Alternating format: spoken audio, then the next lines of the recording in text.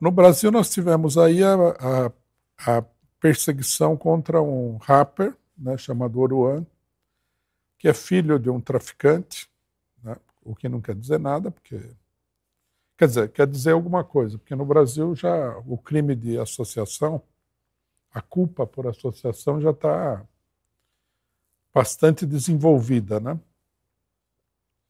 Mas a grande coisa contra esse rapaz é que ele, nas letras das músicas dele, faria apologia do crime, né? Então você vê, né?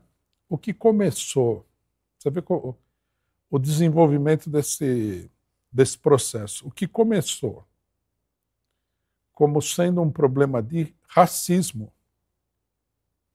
quer dizer, só para lembrar todo mundo que acompanha essa nossa análise, o começo dessa história no Brasil é o seguinte: é preciso coibir o racismo subjetivo. Não basta você, por exemplo, proibir que uma pessoa negra seja discriminada na hora de conseguir um emprego. Não basta. É preciso censurar as pessoas que falem determinadas coisas racistas. Aí, né, eles arregimentaram aí um exército de ongueiros para defender essa tese e convencer pessoas politicamente inexperientes de que a censura era um instrumento progressista, de defesa de interesses progressistas. Isso foi anos atrás. Agora, o que a gente vê é o seguinte: racismo, qualquer coisa que você falar sobre negros pode ser censurada, qualquer coisa. Você pode ser processado, é tudo. Aí isso foi estendido à chamada, né, um neologismo, LGBTfobia. Então, ninguém sabe também o que seria as coisas que você não pode falar sobre os LGBT. Isso permitiu, né, trazer à tona a censura contra os que defendem os palestinos e que são contra o sionismo. Agora nós temos aqui apologia do crime. Quer dizer, isso se transformou, e há vários outros casos de censura, porque finalmente a gente passou de racismo para discurso de ódio, que ninguém sabe direito o que é, porque se existia o discurso de ódio, efetivamente, significaria que você teria que só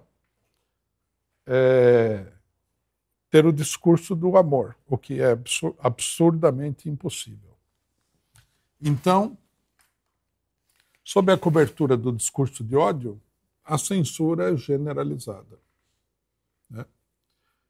De um fator de censura, nós passamos para centenas de fatores diferentes.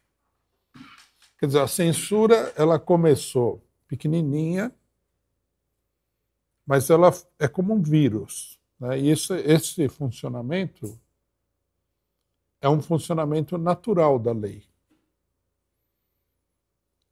Ele foi se espalhando pelo Código Penal, né? Então, hoje nós temos aqui uma verdadeira pandemia de censura. Começou com um foco de censura e nós temos uma pandemia de censura. Nós temos que reconhecer a habilidade do imperialismo, né, que é o autor dessa operação toda, e destacar a completa incapacidade da esquerda brasileira de entender o que está acontecendo no mundo político, né? Nós tivemos, inclusive, aí casos de censura de pessoas que criticavam as vacinas contra a Covid. Censura a pessoas que criticassem as urnas eletrônicas. Quer dizer, já praticamente não tem mais freio, né? Basta que o juiz, né? Porque é o judiciário que mantém isso daí. Chegue à conclusão que você está falando alguma coisa que é intolerável para ele, pronto, você vai ser censurado. Então, quer dizer, né, o que parecia ser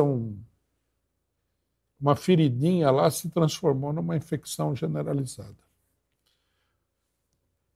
Queria agradecer a todos aqueles esquerdistas. A direita é natural que ela seja a favor da censura, mas a esquerda, queria agradecer a todos aqueles que falaram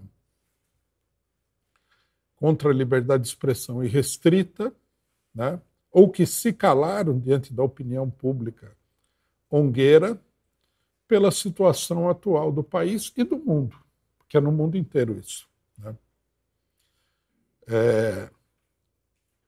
Nós temos aqui o exemplo, vou citar 2 casos, está cheio de casos, né? São muitos e muitos e muitos casos.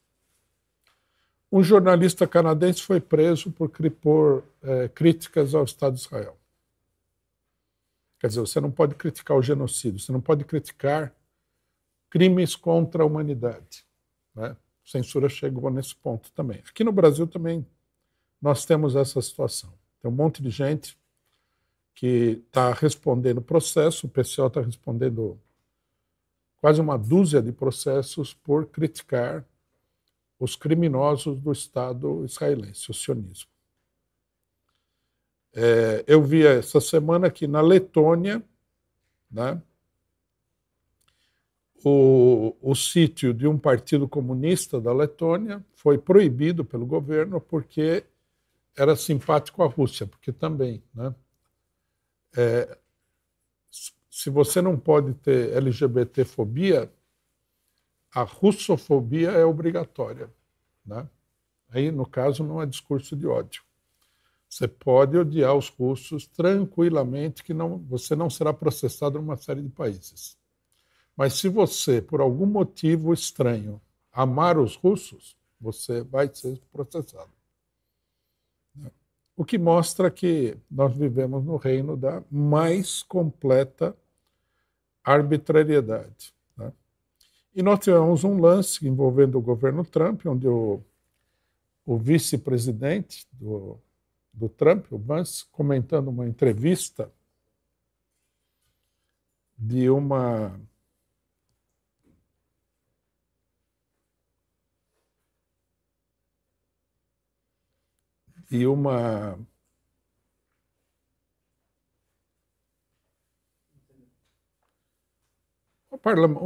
parlamentar, não sei, alguma coisa da Alemanha, né?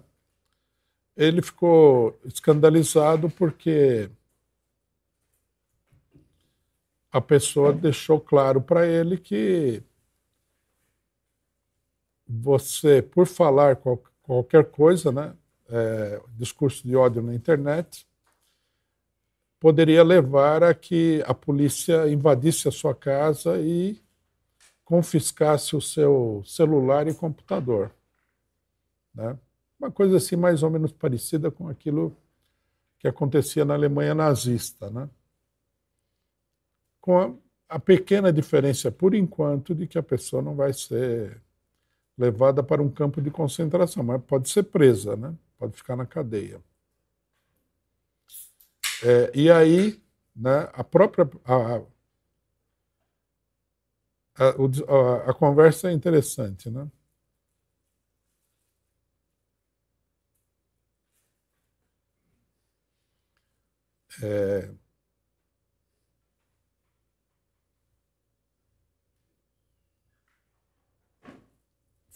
Fala que as pessoas na Alemanha se surpreendem, né, quando a polícia aparece e fala que é ilegal falar determinadas coisas na internet.